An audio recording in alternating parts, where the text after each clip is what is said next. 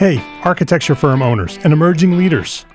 Get ready for unparalleled insight into the development of a world-class architecture firm and a worldwide organization driving the digital transformation of the design and construction industry. With Build Smart, the podcast that's changing how our profession operates. We share the incredible stories behind innovation in the building industry with my friend and co-host, Patrick McLeamy, FAIA, former CEO of the international architecture firm, HOK. You know, Yamasaki's office or firm lasted during his lifetime. And when he passed away, I think that was the end of the Yamasaki office. Helmut did not want that. He wanted a firm that would live out and grow beyond the founders. In Season 1, discover the untold stories behind HOK's meteoric rise, from 150 employees in St. Louis to a powerhouse with over 1,900 staff members and 27 offices worldwide. You know, they weren't as polite as the Kojima people. That was just boom. And anytime you have a creditor, whether it's Kojima or the bank, that wants their money, unless you can raise money someplace else, you are out of business. Bankrupt. And hold on tight for Season 2, where Patrick takes us on a new adventure as chairman of Building Smart International, shaping the future of digital transformation in the design, construction, and operation of built assets. Ian Howell, Ken Harold, and I, Ken was my technical representative from HOK. The three of us took a tour of Europe of 5 cities in 5 days. Very busy time. Simply follow the link in the show notes to subscribe to Build Smart now and uncover lessons that will transform you and your architecture firm.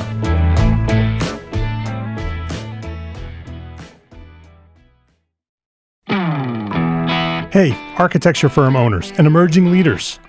Get ready for unparalleled insight into the development of a world-class architecture firm and a worldwide organization driving the digital transformation of the design and construction industry.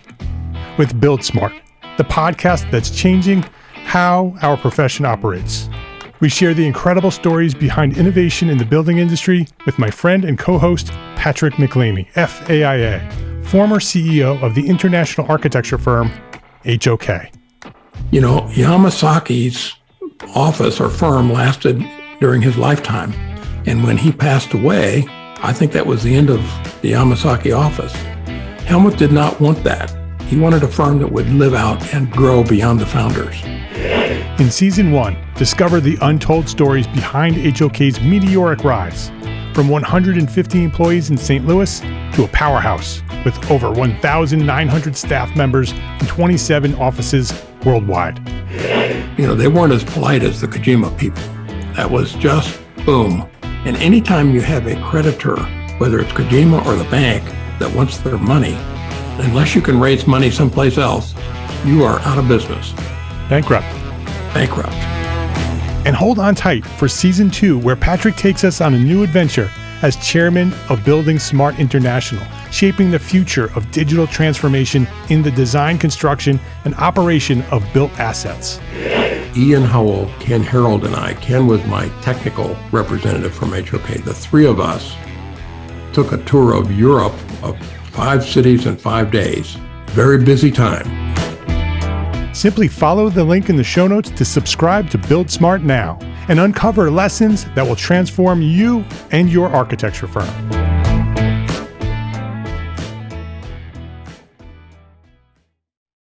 My name is Mark Arlepage, and you are listening to EntreArchitect podcast, where each and every week I speak with inspiring, passionate people who share their knowledge and expertise, all to help you build a better business as a small firm entrepreneur architect. This is episode 323, How Earned Trust Leads to Your Best Work, with architect Wade Weissmann.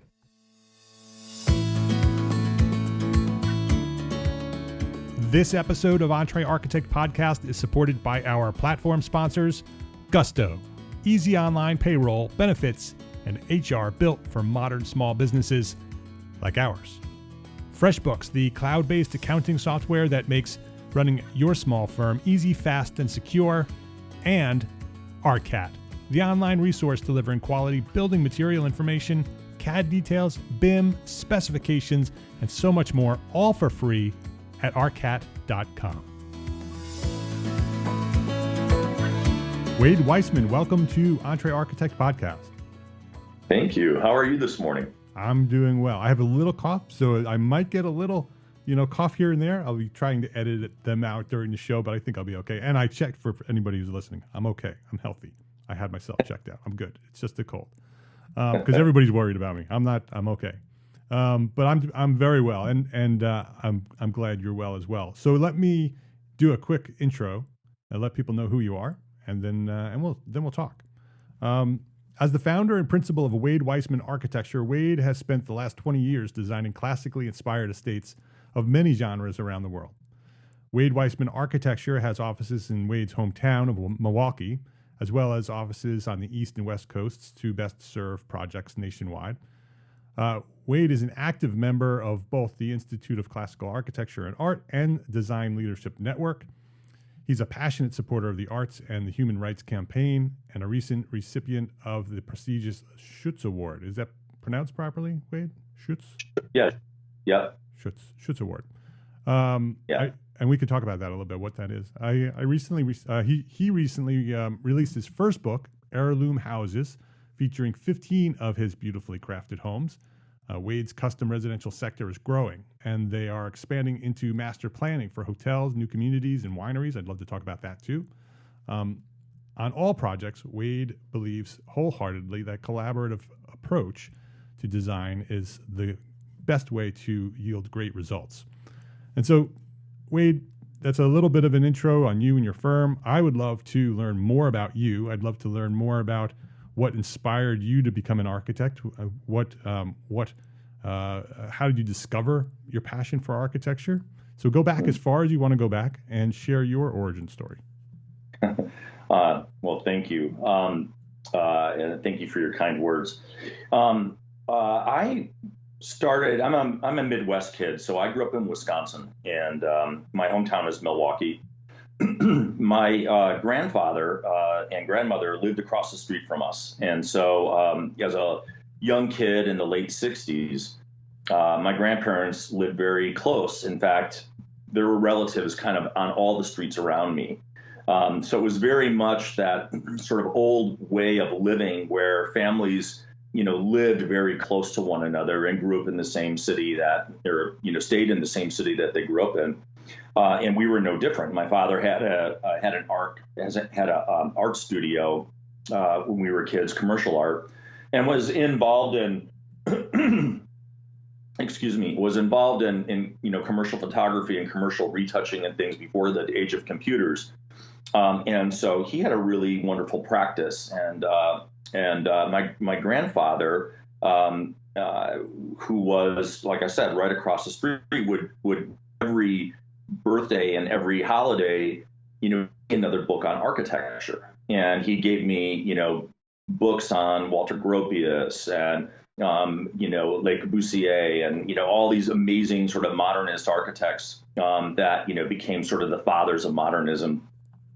And the city itself was kind of in an urban renewal period where, it was an old industrial city, but they were, putting up expressways and, there was a lot of buildings lost that were sort of classically inspired, and they were putting up these very cold, sort of modernist buildings.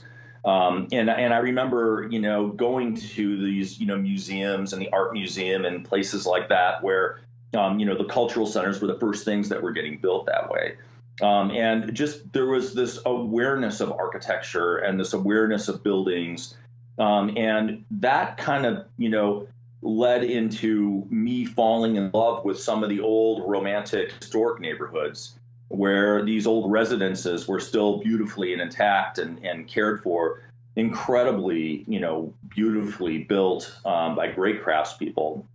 And as time went on and I started to, think about the pursuit of architecture as a career, it became even more saturated in my mind. And I really started, kind of falling in love with the romantic, well sort of crafted, beautifully sort of classically timeless buildings, whereas the other buildings just seemed like, wow, that building was built in the 50s, or that building was built in the 60s. And even though these other buildings had been built at the turn of the century, they just were so loved and so cared for, and they were just so enduring, as sort of, good citizens in the city. As I began to pursue my architecture, sort of education, I found myself becoming more and more inspired by buildings that were a little bit more timeless. And so I've sort of geared my practice into that genre of architecture. And so when did you launch your firm? I had two launches. My original launch was in 1996. I was working for a firm and had designed a house for my brother. And lo and behold, someone who bought the property next door called me and wanted to commission me to design a house for them, a lodge. And it was in northern Wisconsin on a lake. And so I decided to pursue this sort of career on my own. In the attic of a cabin was my first office, so to speak, and it was just me as a one-man show. And little by little, I started getting referrals, and they weren't big commissions. I had the house commission, but then I was, I'd get, would you be interested in helping with my front porch, or I need a new garage, or something that was very utilitarian, which I jumped on with a lot of enthusiasm because I love utility buildings and outbuildings, and I love beautifully sort of crafted spaces that are between buildings, and so I always found that even putting in doing a building design for a garage, it gave us the opportunity to have a discussion with the homeowner about the space between the house and the garage, or the connection to the house, or, let's use the space above the garage, or some other sort of opportunity that might come up. And that's where I saw my sort of practice begin to start thriving, is people saw that fertility and creativity in me and started, referring me to their friends. And said, hey, this, talk to this guy, yeah, it's a garage, but I think, you'd be surprised at what he'll come up with. And so you really begin to, sort of put your heart and soul into just creating a good building. What's a good building? And literally the opportunities began to become more complex. More prestigious, more trophy properties, opportunities to not only do, renovations and remodels or additions, but then maybe, new residence commissions, new buildings. And that's really kind of how my practice grew. It changed a little bit. A few years later, I joined forces with a builder, and we kind of operated together a sort of design build office. They had an existing design build office, and I was sort of brought in to sort of man up the architecture division of it. But that ended up not really being the sort of direction that I wanted to take, the design practice. And so we split off an architecture practice in which I was a principal and had three partners. And then 3 years later, I purchased them out of the practice completely. So I ended up becoming a sole proprietor again. But in this particular time, in this phase of the project, of the firm's sort of experience, I had already acquired a number of employees. And so I kind of went almost straight into having a firm of 15 people on my second go around as a firm owner. Yeah, it sounds almost like you've had 3 launches that you launched when from the cabin, and then you launched this company where you partnered as a design build firm, and then you spun off, or not spun off, but it evolved and you bought out that design firm and created what you have today, or started with what you had today. Yeah, very much. Yeah, I guess you're right. I didn't think about that sort of middle step. Yeah. So you went from designing garages, and you were talking about the first phase, or the Hmm. first firm. You went from garages to more trophy projects, more high end residential projects. How did you get from point A to point B? How did that progression? Was it just simply an evolution of just keep sort of doing great work, and it just kept coming to you, or was there more intent and planning to that? Well, it's I think part of it is, having the portfolio piece, having something actually built that you can take people through.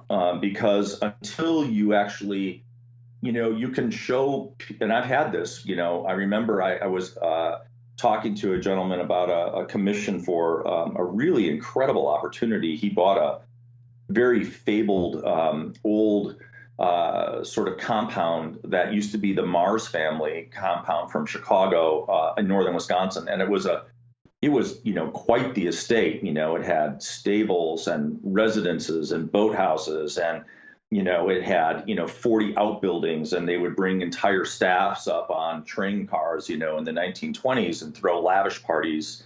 And so they had this incredible spread, and it had been dismantled over the years, but he was trying to acquire it back. The house had burned down, and so he was looking to build a new lodge. And we got along great. He loved my drawings, but he said, "You just haven't built anything, Yeah. on par with what I'm looking for." And for that reason, I'm out. It was, kind of like Shark Tank, Yeah, and I I'm out. think I think that happens to so many of us that Yeah. we have this opportunity early on in our careers, and then our portfolio isn't there to back us up. We have the skill, we have the knowledge, but they don't want to give us the chance. So Yeah. how did you respond to that? I understood.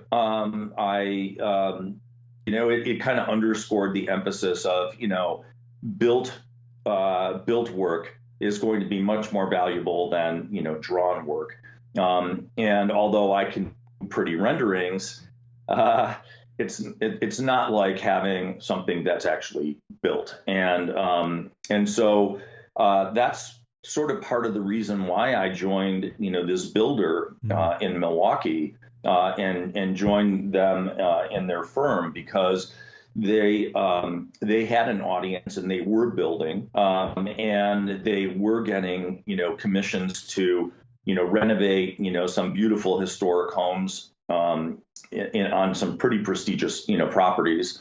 And so the ability of being able to jump in and be the architect with somebody that already had a built-in audience was really kind of my spring. That gave me the ability to build that portfolio much quicker than I may have had if I'd have just stayed on my own. Yeah, and do you still do design build today?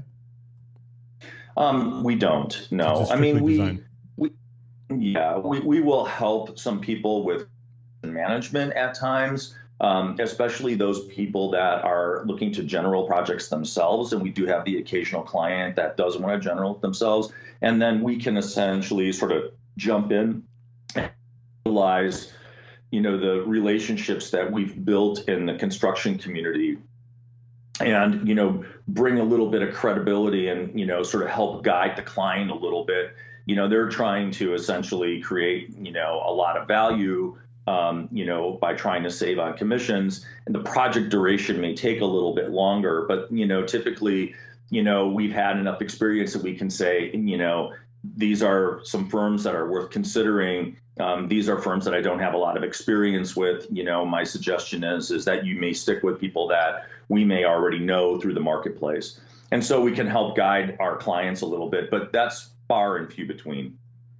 And today you're practicing all over the country, and so you grew this firm locally in Milwaukee. What Right. was the idea behind growing beyond Milwaukee? What were the steps you took to do that? And was that intentional, or was that responding to opportunities as well? It was both. I think having had the the sort of experience on working on lake homes and lodges in, northern wooded Wisconsin, in the north woods of Wisconsin. And before that, I had interned at a small boutique practice in Aspen. And so I had worked for an architecture firm doing very, very sophisticated high-end residential, mountain architecture, in and around Colorado. And so that vernacular was very, interesting to me, rugged and bold, a lot of natural materials, a little bit more of a sort of super scale because of the amount of sort of building materials that people were sort of utilizing. And northern Wisconsin is a smaller variety of that sort of more of an Adirondack kind of derivative rather than a mountain vernacular derivative. But then we were getting commissions on, other lakes in southern Wisconsin, which has a completely different vernacular. But the sort of key commission, the key opportunity came to us from, I had built a relationship with a landscape architect in Chicago named Scott Byron. And Scott and I had done a couple of projects together. And he had a close personal friend that was going to build a lake residence on Geneva Lake, which is in Wisconsin, but it's kind of a Chicago destination for a Chicago client. And we built a beautiful home for that client. And that relationship then opened some doors to some of their friends that also were looking for design services on that lake that were also Chicago-based. And then one of our Chicago-based clients that we, interviewed and ended up building a house for, ended up buying land outside of Los Angeles and wanted to build a biodynamic farm. And so I, helped them with that commission, and that brought me out to the West Coast. And every time we ended up getting an opportunity where it was a Midwest-based client that was looking to build elsewhere, we found ourselves building really good relationships with, the project teams. So, the contractor and the consultants and, the engineers and everybody that we were sort of utilizing who were in specialty groups really liked working with our team and really liked working with us. And so they would ask us, hey, would you be interested in another project I'm looking at right now? I don't think it's going well with their architect. Would you be interested? And lo and behold, we started getting some traction and decided to open up small offices in those locations so that we could service those clients locally and also have a place to be able to meet with the consultants. So we started, essentially, building these little satellite offices, all of which were sort of served by our main studio, which is in Milwaukee, and that has the majority of people on our staff. But that's really kind of how it works. It sort of works with having these sort of field and marketing offices in these, sort of other locations, and they're helping us sort of sustain more work in these locations. And you're East Coast as well. Where are you based on the East Coast? So the office that serves the East Coast is in Pittsburgh. Okay, great. Did you ever? This is a question that I get often especially with firms like yours that are doing beautiful homes, super high end, really large, like trophy homes. As your company grew, did you ever think about expanding beyond residential, or was it intentional and planned to stay focused on residential work? Well, we've had commissions, outside of the residential sort of realm. So, and we've been doing them, that's been ongoing with our work. And they're not, they're not a mainstay of our work, but like we've done a number of restaurants and bars and some small hospitality, boutique hospitality stuff. We did our office buildings, and we helped with some master planning efforts that some local developers were kind of looking for ideas on. We kind of helped a little bit on coming up with some vision casting. The first opportunity that we had that was, a little bit more interesting was International Equestrian Center in Wellington, Florida. We had been working for some clients that had equestrian interests, and there's a winter festival, equestrian festival in Wellington outside of Palm Beach, and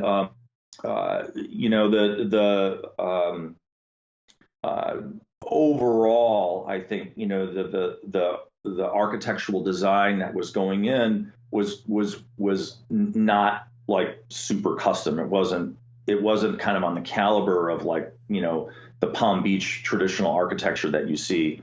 It was I think for most people, kind of thinking, well, hey, I'm only going to be there for a few months of the year, and it's fine. We just need a place to do the horse stuff, and we don't need anything exceptional. But there was a developer there that was looking for some more master vision to create something that was a little bit more significant as a more permanent winter festival sort of grounds. And so he was looking to essentially upgrade this into something that was really more of a sort of world sort of destination. People that were interested in the equestrian, sort of sports from around the world, including, polo and, all of the sort of, different sort of sports that are sort of, under the equestrian sort of category. And so we had done a series of sort of vision casting renderings of what this could be like. And I was so into it because I love, sort of the large scale, larger context, design opportunities. And, like Burnham said, right, make no small plan.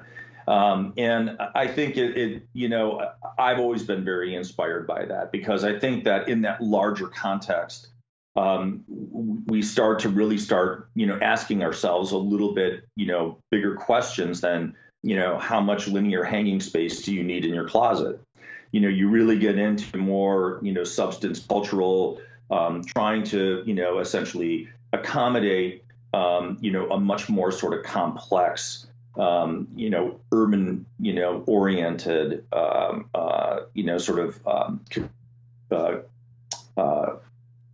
an urban, a more urban oriented response to the master planning efforts. And that, although we do that when we do estate planning, and we work through the context issues, and given the size properties that we can work on, and the multiple buildings and the spaces between buildings, the sense of arrival, the interaction with the landscape, the sort of ongoing process of dissolving boundaries, all of that kind of stuff. When you amp it up into sort of a master planning vision, that's where you really start to look for opportunities for the architecture and the context to really work together, because now you're really looking at something that has much more landmark status. It's a very different sort of set of criteria for an architect.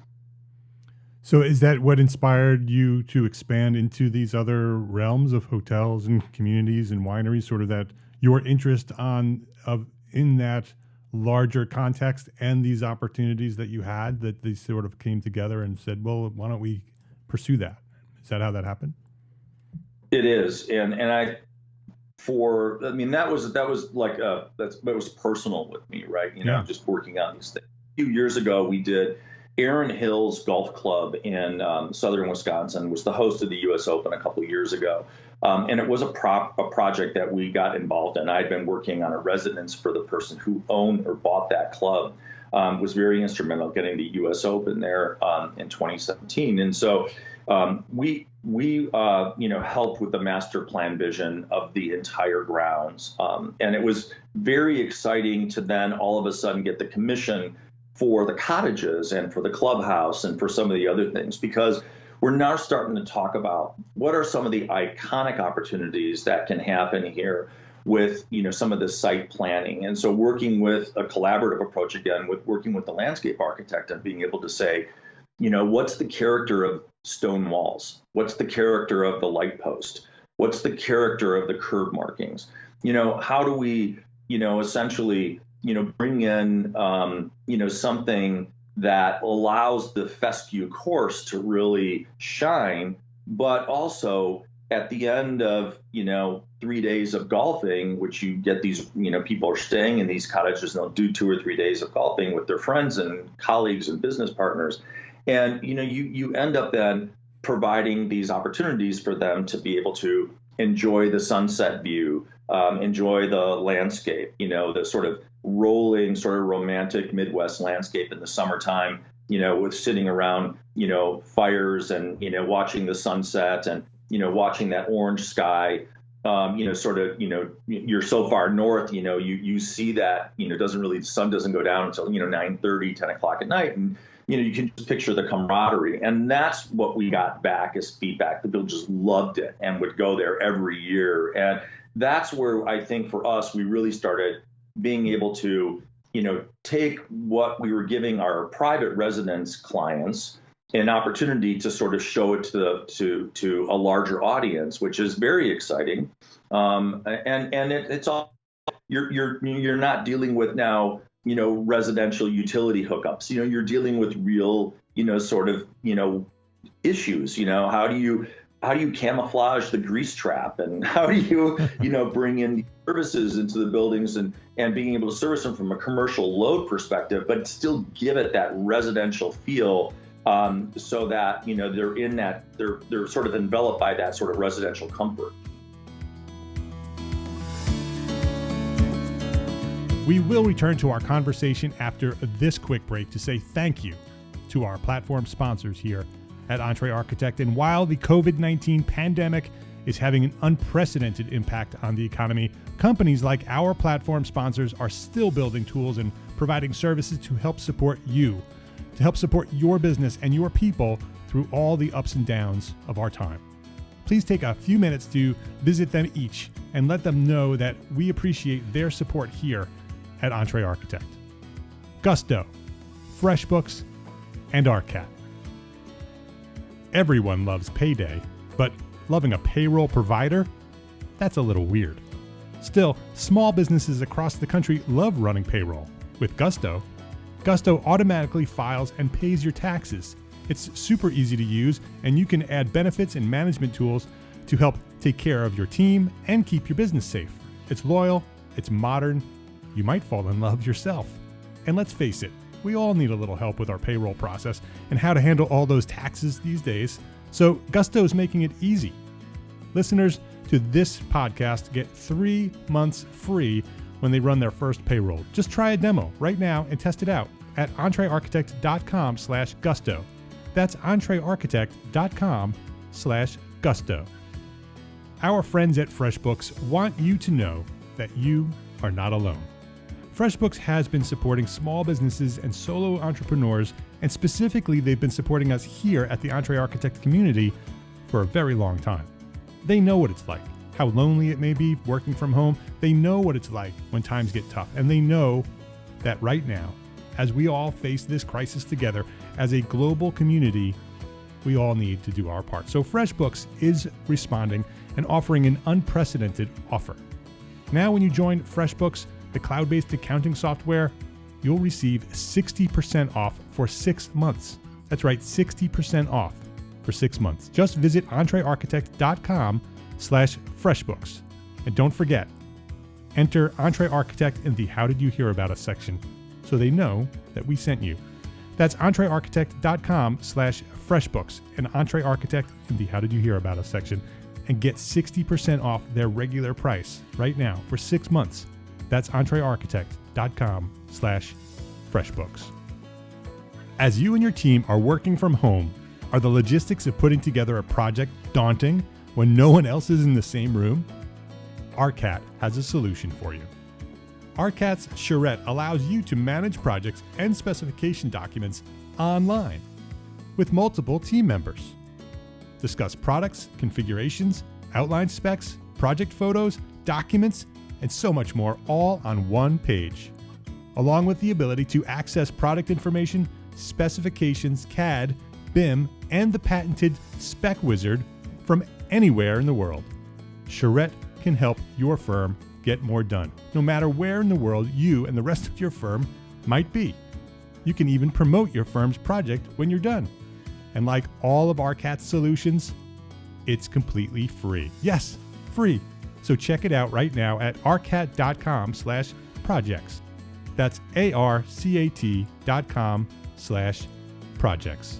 arcat.com/projects. Gusto, FreshBooks, and Arcat. Please visit our platform sponsors today and thank them for supporting you, the EntreArchitect community. How large is the team, and has it grown since you started to expand? It fluctuates. We're at one point we were sort of in the mid 40s, and we're probably now down into the mid 20s. We've had a very interesting and unusual sort of last couple years. We've had some really fantastic commissions, and we obviously can keep our teams very busy. But there are the one thing about commercial work, and we were working on a very large scale project, which is still very much alive. It's a big hotel, 20-acre sort of master plan community, and it basically has a theater, boutique theater in it.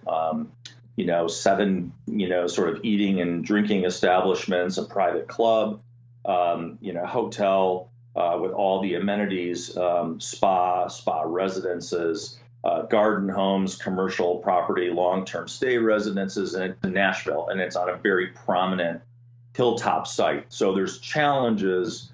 It's a little bit more expensive to develop on a site like that because of the amount of site work and blasting and rock clearing and things. But there's also, there's also this sort of, this architecture is going to be sitting on a hill very prominently, and so clearly creating something with immediate landmark status is very important to us. So that's a project that, we ended up having, several teams on. And then you get into the sort of financing, sort of phases and the development phases. That can slow a project down. And then you've got these teams that you have to keep busy. And so essentially you end up not necessarily taking on the commissions you want. You've grown a little bit too much. And so you're starting to take on commissions just to keep everything alive. And I've stepped back from that, and I've decided that, look, we're going to right size us so that everybody can live with some sort of balance in their life, and not try to grow it to just grow it, and let's just sort of see how things, go. And if these commissions end up happening for us at that point, we'll decide if we want to partner with somebody or if we want to bring on additional staff to accommodate it. Yeah, it's interesting to hear your story and sort of look at it in terms of like opportunity stacking. That you started in the cabin and you had an opportunity and you pursued that opportunity, and at every step of the way you designed it at the highest level that you could design it. That you created this piece of architecture, whether it's a garage or a home, all the way up till now where you're designing full resort, master planning. It's one step at a time, sort of continuing to look at and pursue those next opportunities all the way through, the design build firm, and then seeing that there's an opportunity there to sort of take the next step, and just kept building on it and building on it and building on it. I wanted to point that out for others who are sort of in the cabin today, that they should be looking for those next opportunities, design those well, whatever they may be, and then continue to look for that next opportunity. Was that ever sort of recognized and planned for, or was that the result of just the way that you always looked for that next opportunity? It came to you, you pursued it, and just sort of took the next step to the next level? It's a very conscious effort. I mean, I have a senior strategist that I work with very closely, that we have a wonderful relationship. She's actually in our Pittsburgh office, and she's remarkably talented. And she and her husband, who's also an architect, both work for our firm there, and they grew up near there. And one to be in Pittsburgh. Both had experiences in New York, but she and I spend a lot of time looking at opportunities like this and how do we build on some of these. And, it goes down even to your proposal process. How competitive do you want to be? How much are you willing to invest from a marketing perspective to put your work in front of a whole new sort of layer of individuals? Like with this hotel, it's just, let's just look at it as one sort of opportunity. But, in this one sort of, project, we've now been exposed to the top tier people of the top flag, people in the hospitality business, right? So you're talking to, the owners, the CEOs, these are the people that, have, the incredible resources behind them to be able to manifest, vision. And the relationships and the reactions that we're getting from those individuals has been really positive and really great. And I'm praying that, even though we're, got this challenge right now in our, economy having ground to a halt, especially hitting the travel and hospitality industry, like all pandemics, hopefully we can control them and they will end and things will resume, hopefully with a little bit smarter integrity. But I feel like that will, in Nashville in particular, is a booming city with an incredible sort of tourist component to it. And so not only is the business climate there vibrant and growing like crazy with, Amazon and Facebook and, Oracle and you name it, the insurance industry, then you also have this incredible sort of it's Music City. And so you have people coming in from all over the world, to Nashville. And so you have a very rich component to the development sort of industry.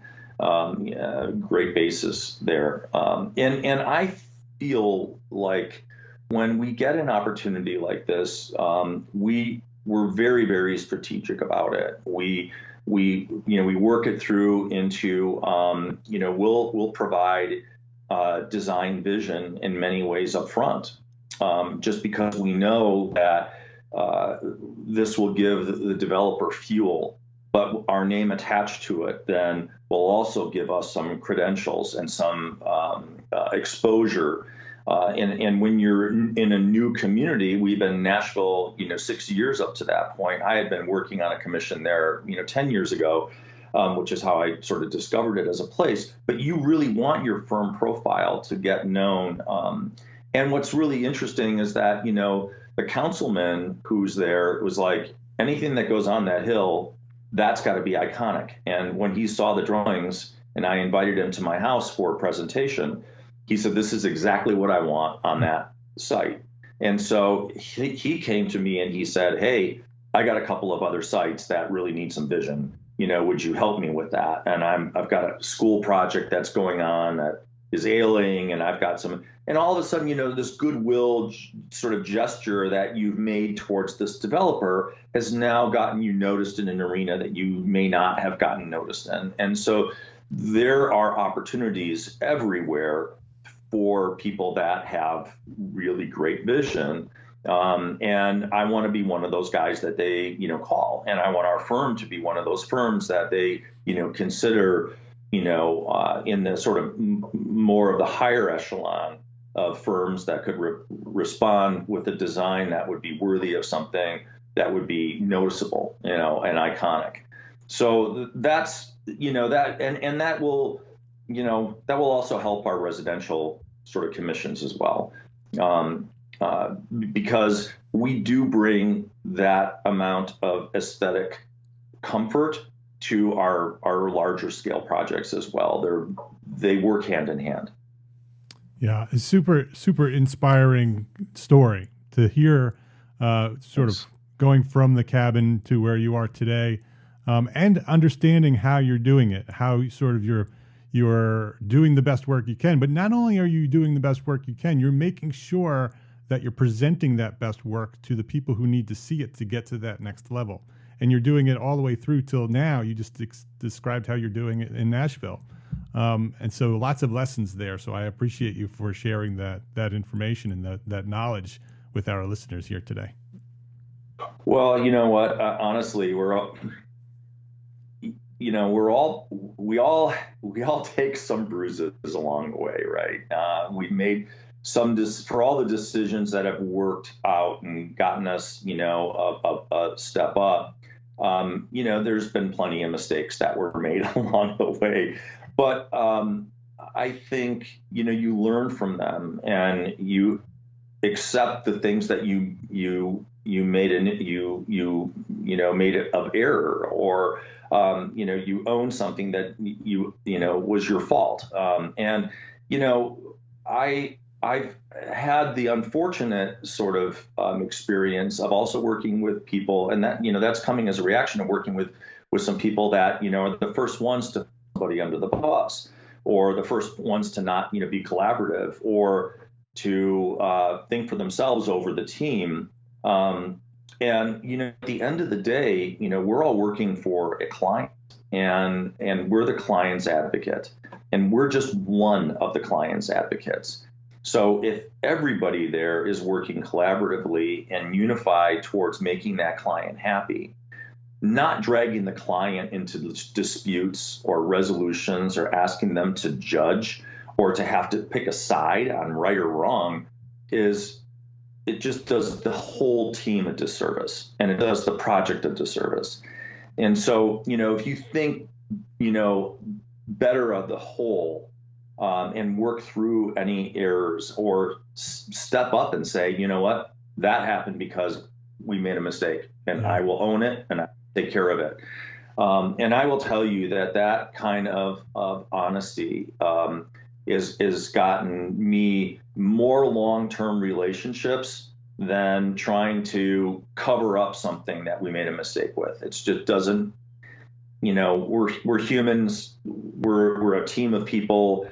When we work together in our project, in our office, there's different people that have different experience levels working on projects, from, sort of fresh out of school, maybe their first job, all the way up to a principal that's got, almost 30 years experience. But, you have to rely on everybody. I'm responsible. I hold the card to all of it. And so if anybody in that chain, makes a mistake, I have to own it. And it may affect other people on the team, and you have to apologize and make it good, and helping other people that are getting into this field. We sit in our desks in studio in architecture school, and, there are those that, are really devoted, and, the ones that get, celebrated at all the pinups and all that stuff. Right. But at the end of the day, no one teaches you. They may teach you design, and they may teach you instruments of service, but no one really sits down and says, in the business world, this is your role. And so you got to feel your way through it. And once you do, I really want to make that as easy for the younger people that are going into practice, because that's a huge part of what you're going to do as an architect. Yeah, exactly. That was the inspiration with EntreArchitect, was to provide a place to build a platform where architects could learn those lessons and those rules and the game of business, what you need to do to succeed. Because if we all work at building stronger businesses, we each individually succeed, but then the whole profession thrives because we're all successful. And so I applaud you for sharing and for doing that on your side. I encourage others to do that as well. I also want to just point out the lesson that you described about taking the responsibility when you've made a mistake, own that mistake and go directly to your client, and accept the responsibility for that mistake. The result of that increases your relationship, improves your relationship with that client. It's an instant trust builder.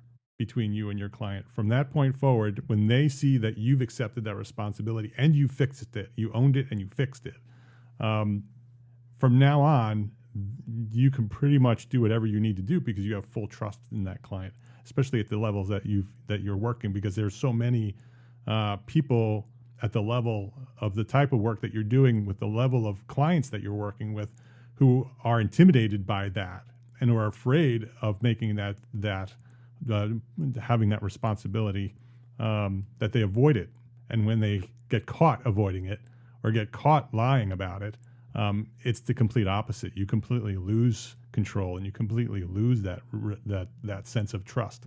And nothing more important in the work that we do is to have the trust. Our best work comes from our clients trusting us to do our best work. So anytime you have an opportunity to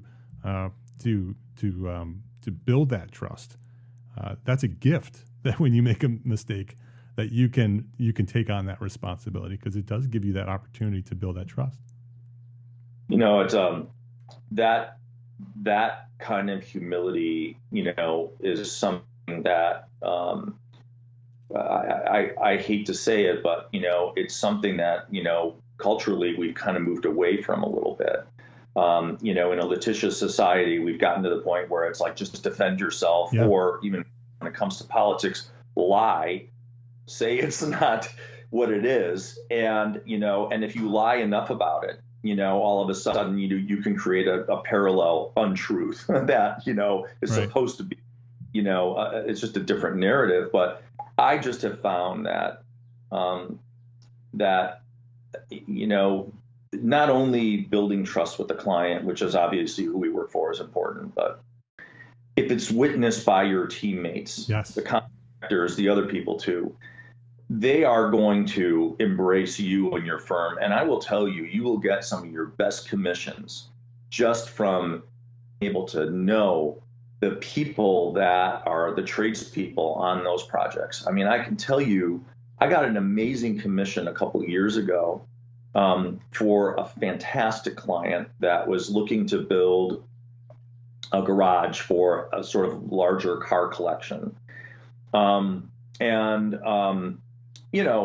The property manager said, well, let's go to a garage builder, and, they didn't get anything inspired. And I got a phone call from a carpenter who worked for this guy and said, hey, are you familiar with this client in Milwaukee? And I said, well, of course.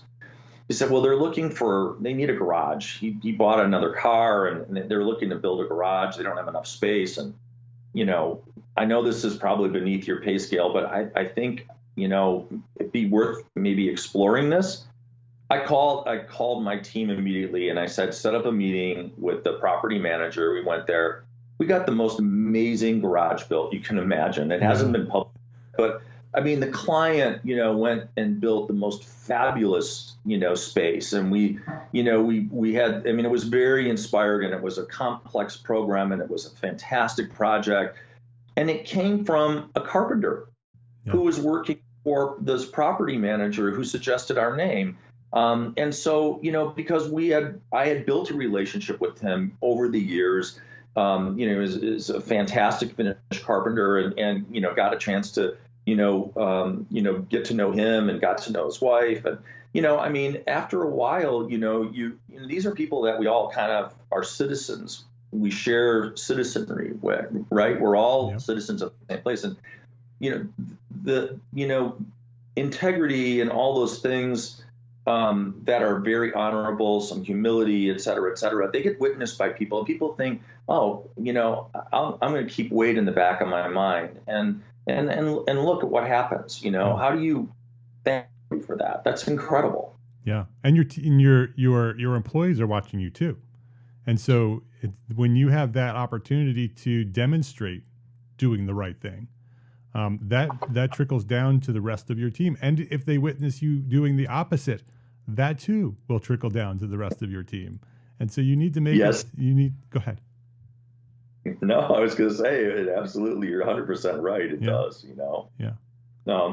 It really does. So I think anybody that is young and looking to, get that next opportunity and looking to take it no matter what. And I don't care what it is. Never look at any opportunity that it's beneath you, because it doesn't matter. If you bring integrity and beauty and vision to even the most mundane, commission or design opportunity, it will get noticed. You'll get noticed, and the relationships will take you very far. Yeah, it's a great lessons. I really enjoyed this conversation, Wade. Before we wrap up, I'd like to ask you the question that I ask everybody. What is one thing that a small firm architect can do today to build a better business for tomorrow?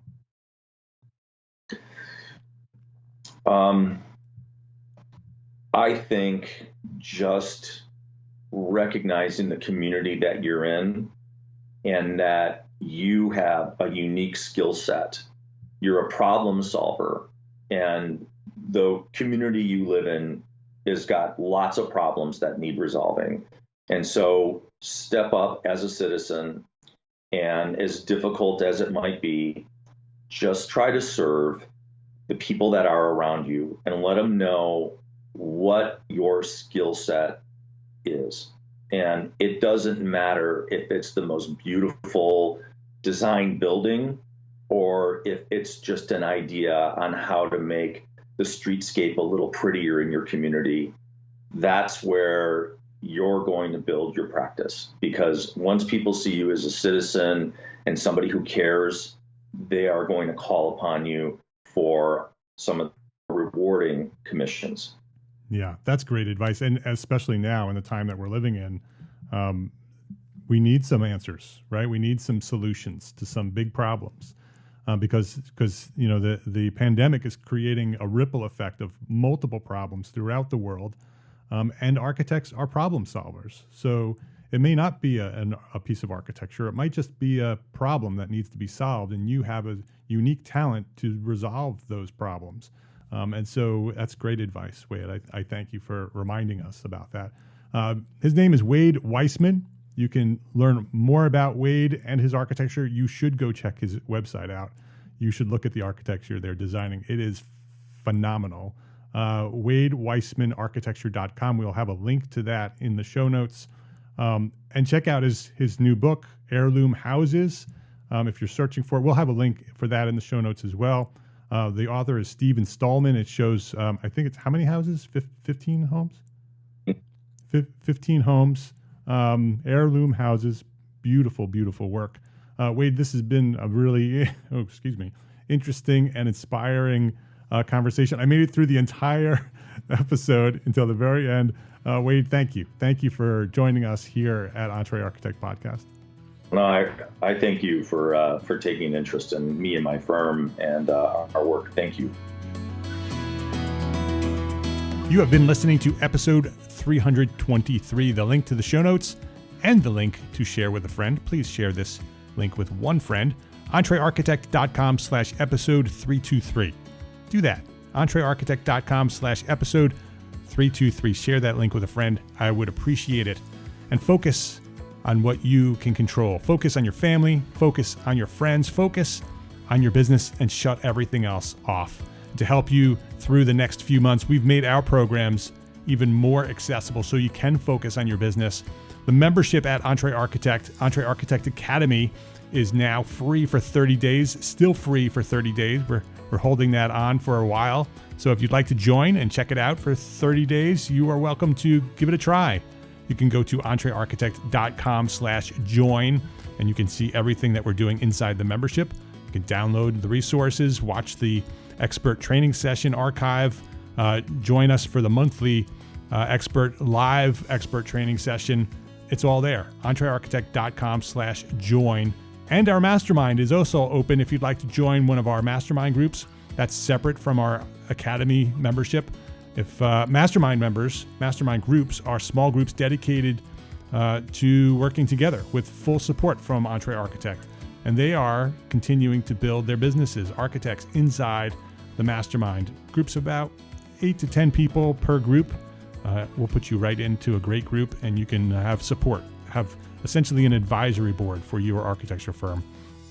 They compare notes, collaborate on strategies, share resources. If you want to join one of the masterminds at EntreArchitect Mastermind, you can go to entrearchitect.com/mastermind. Be well, my friend. Be healthy, be happy, safe, secure. Thanks for listening today. Love, learn, and share what you know. Oh, and one more thing. Allows multiple people to be kind of in light so that it works on, iPad. Yeah, absolutely, because that was one of my jobs, to steer this team. ArchiSpeak, now broadcasting from Gābl Media.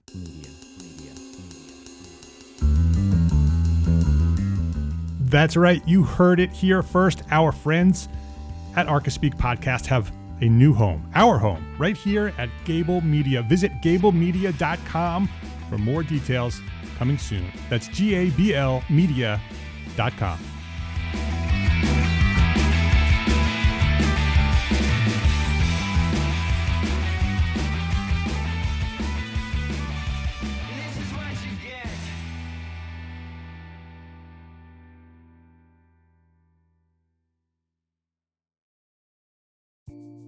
Imagine earning continuing education credits while doing exactly what you're doing right now.